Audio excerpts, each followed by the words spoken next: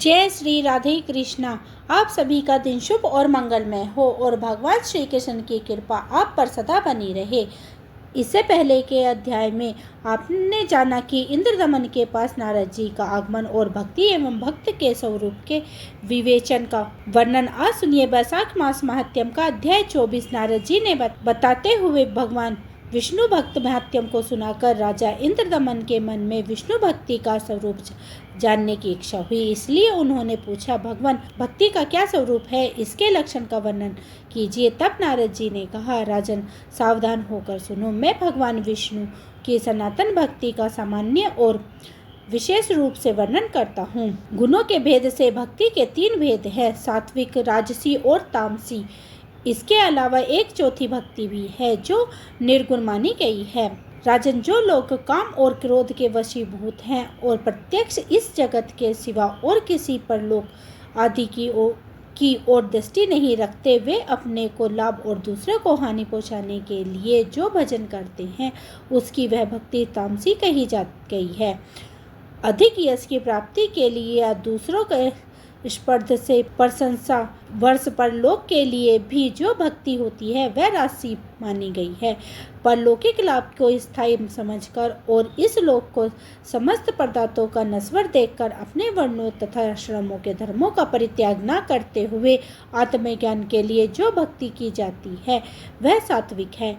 यह जगत जगन्नाथ जी का ही स्वरूप है, इससे अलग इसका दूसरा कोई कारण नहीं है। मैं भी भगवान से अलग नहीं हूँ और वे भी मुझसे अलग नहीं हैं। ऐसा समझकर भेद उत्पन्न करने वाली भ्रम उपाधियों का त्याग करना और अधिक प्रेम से भगवत स्वरूप का चिंतन करते रहना निर्गुण नाम वाली भक्ति है, जो मुक्ति का साधारण साधन है। यह अत्यंत दुर्लभ है।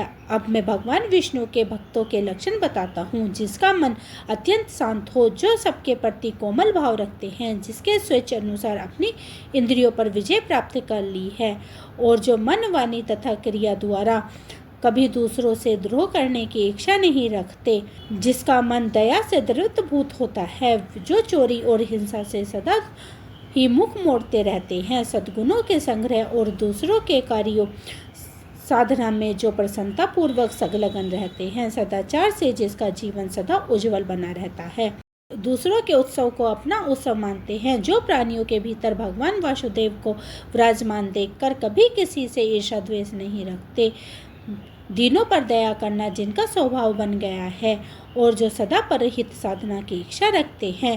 अविवेकी मनुष्यों का विषयों में जैसा प्रेम होता है उससे 100 कोटि गुना अधिक प्रीति का विस्तार वे भगवान श्री हरि के प्रति करते हैं। नित्य कर्तव्य बुद्धि से विष्णु स्वरूप शंकर आदि देवताओं की भक्ति पूर्वक पूजन और ध्यान करते हैं। पितरों में भगवान विष्णु की ही बुद्धि रखते हैं। भगवान विष्णु से अलग दूसरी किसी वस्तु को नहीं देखते। समष्टि और यष्टि सब भगवान के ही स्वरूप हैं। भगवान जगत से अलग होकर भी अलग नहीं हैं। भगवान जगन्नाथ, मैं आपका दास हूँ, आपके स्वरूप में ही मैं हूँ, आपसे अलग कदापित नहीं हूँ।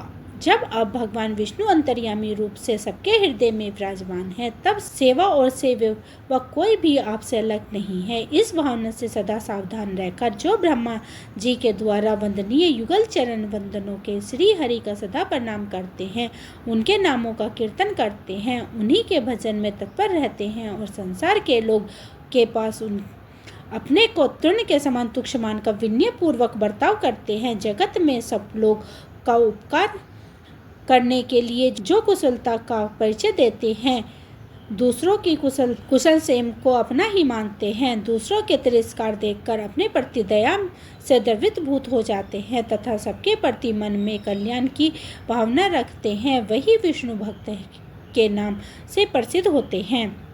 जो पत्थर में धन और मिट्टी के ढेले में पराई स्त्री और कोट सामली नामक नरक में मित्र, शत्रु, भाई अथवा बंधु वर्ण के समान बुद्धि रखने वाले हैं, वे ही निश्चय रूप से विष्णु भक्त के नाम से प्रसिद्ध होते हैं।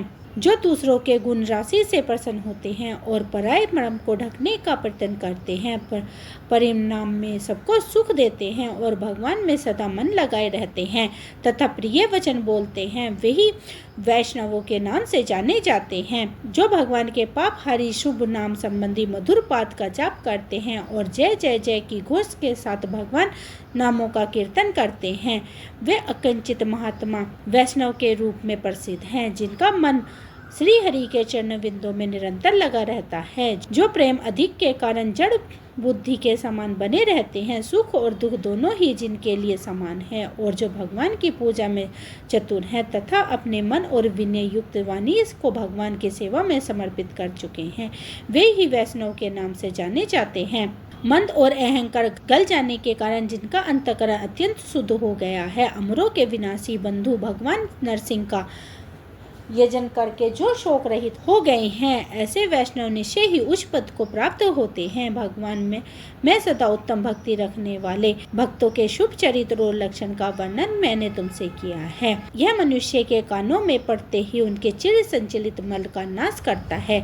भजन के लिए कभी धन की आवश्यकता तथा शरीर को कष्ट देकर किया जाने वाला किसी विशेष प्रकार का प्रयोग भी आवश्यक नहीं है। मृदुल एवं मंद स्वर से वाणी के द्वारा भगवान के नामों का कीर्तन होता रहे तो मैं इसी को भजन मानता हूँ। तुम्हारे मन में भगवान के दास भाव का ही चिंतन होना चाहिए, किंतु जो मनुष्य के शुभ आचरण से भी द्वेष रखते हैं और स्वयं अपने मन को दुराचार में ही बांधे रखते हैं, बड़े भारी अमंगल को पाकर के वे निश्चित रहते हैं और सदा ऐश्वर्य तथा विषय भोगों के रस में ही सुख और अनुभव करते हैं, वे मनुष्य वैष्णव नहीं है। वे तो बहुत ही निम्न श्रेणी के मनुष्य हैं। अपने हृदय स्वरूपी कमल में विराजमान परमानंद में श्री हरि के स्वरूप का जो क्षण भर भी चिंतन नहीं करते, मुक्त भाव से बैठे रहते हैं और अपने झूठे वचनों के जाल में भगवान के नाम को भी निरंतर अकंचित किए रहते हैं, वे भी भगवान के भक्त नहीं हैं। जिनके मन में पराई स्त्री और पराय धन के लिए सदा लोभ बना रहता है,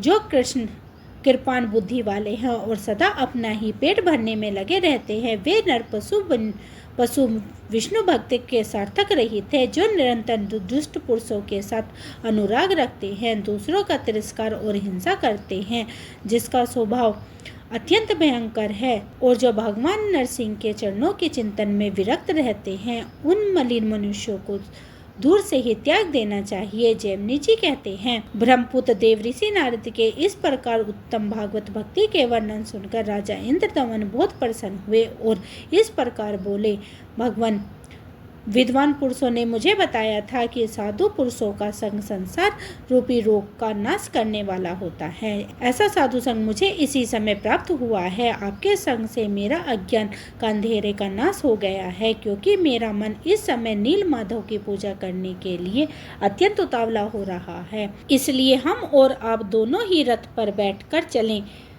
और भगवान नील माधव के दर्शन करें। यदि आपके मुख से पुरुषोत्तम क्षेत्र के तीर्थों का ज्ञान प्राप्त कर सकूं तो पहले के कहे हुए महात्माओं के वचन भी सफल हो जाएंगे।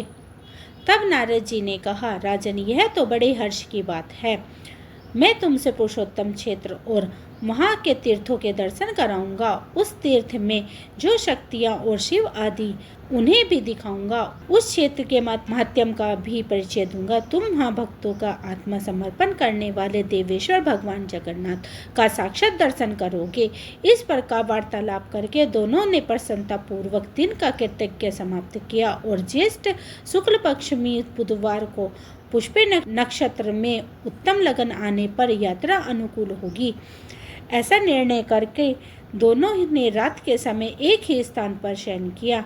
फिर सवेरे होने पर राजा इंद्रदमन ने भाइयों सहित नीलाचल पर जाने के विषय में अपने राज्य में यह घोषणा कराई कि हम लोग जीवन पर्यंत पुरुषोत्तम क्षेत्र में निवास करेंगे। राजा लोग अपनी रानियों, मंत्रियों तथा परिकरों सहित रथ, हाथी, घोड़े, खजाना और पैदल सेना साथ लेकर वहां चले। इस प्रकार आज्ञा देकर राजा इंद्रदमन अपने आगे खड़े हुए नारद मुनि की परिक्रमा करके छड़ीदार सिपाहियों से घिरे हुए मध्य द्वार पर आ गए और उनके आगे आगे अग्निहोत्री की अग्नि जाई जा रही थी। वह उन्हें अपनी दाहिनी ओर ब्राह्मणों को खड़े हुए देखा जो मंगल में सूत्र का पाठ कर रहे थे। राजा ने भक्ति से विनीत होकर वस्त्र आभूषण मंगल सुगंध और अनुलेखन के द्वारा उन ब्राह्मणों का पूजन किया। इस समय एक ही साथ सैकड़ों शंख बज उठे। उनके साथ और भी बहुत से बाजों के तोमल ध्वनि महा ने सुनाई।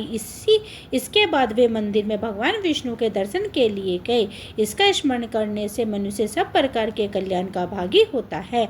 दिव्य सिंहासन पर बैठे हुए उन्हीं भगवान विष्णु का दूर से दर्शन करके उन्होंने साष्टांग प्रणाम किया और उपनिषदों का दिव्य वाणी से उनकी स्तुति करके दुर्गा जी के चरणों में भी मस्तक झुकाया। इसके बाद उन दोनों देवताओं की परिक्रमा उन्होंने पालकी में बिठाया और उनको आगे करके प्रस्थान किया। बाहर के दरवाजे पर पहुंचकर उन्होंने अपना रथ तैयार देखा और परिक्रमा करके वे नारद जी के साथ उस रथ पर बैठे। इंद्रदमन के रथ पर दोनों ओर उनके अधीन राजाओं के अनेकों रथ शोभा पा रहे थे जो नाना प्रकार के अस्त्र से संयुक्त और ध्वज पताकाओं से अलंकृत थे। उसी समय पूर्ववासी भी अपना अपना सामान लेकर तैयार हो गए और घोड़े, खच्चर और ऊंट आदि वाहनों पर चढ़कर वहां से चल दिए। राजाओं की सैकड़ों रानियां नपुंसक सिपाहियों से घिरी हुई अनेक प्रकार की सवारियों पर चढ़कर राजभवन से बाहर निकली।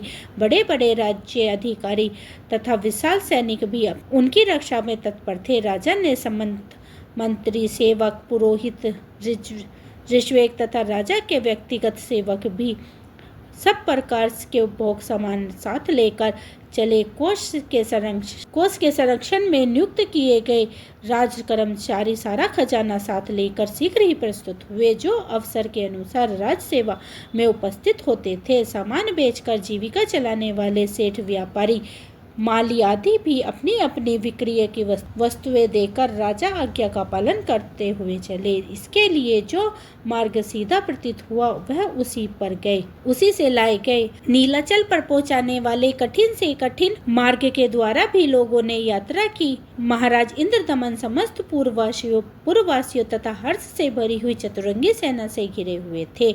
जंगल का रास्ता जानने वाले पुरुष जो मार्ग बतलाते उसी से राजा यात्रा करते थे। मार्ग के दोनों ओर आने वाले देशों और वनों को देखते हुए वे बड़ी शीघ्रता से यात्रा कर रहे थे। जय श्री कृष्णा। आज का अध्याय यही समाप्त हुआ। दोस्तों, ये थी आज की वीडियो। उम्मीद करती हूँ आज की वीडियो आपको पसंद आई होगी। वीडियो पसंद आई है तो वीडियो को लाइक करें, परिवार और भक्तजनों में शेयर करें। मिलती हूँ इससे आगे के अध्याय के साथ। तब तक के लिए हरे कृष्णा, राधे राधे।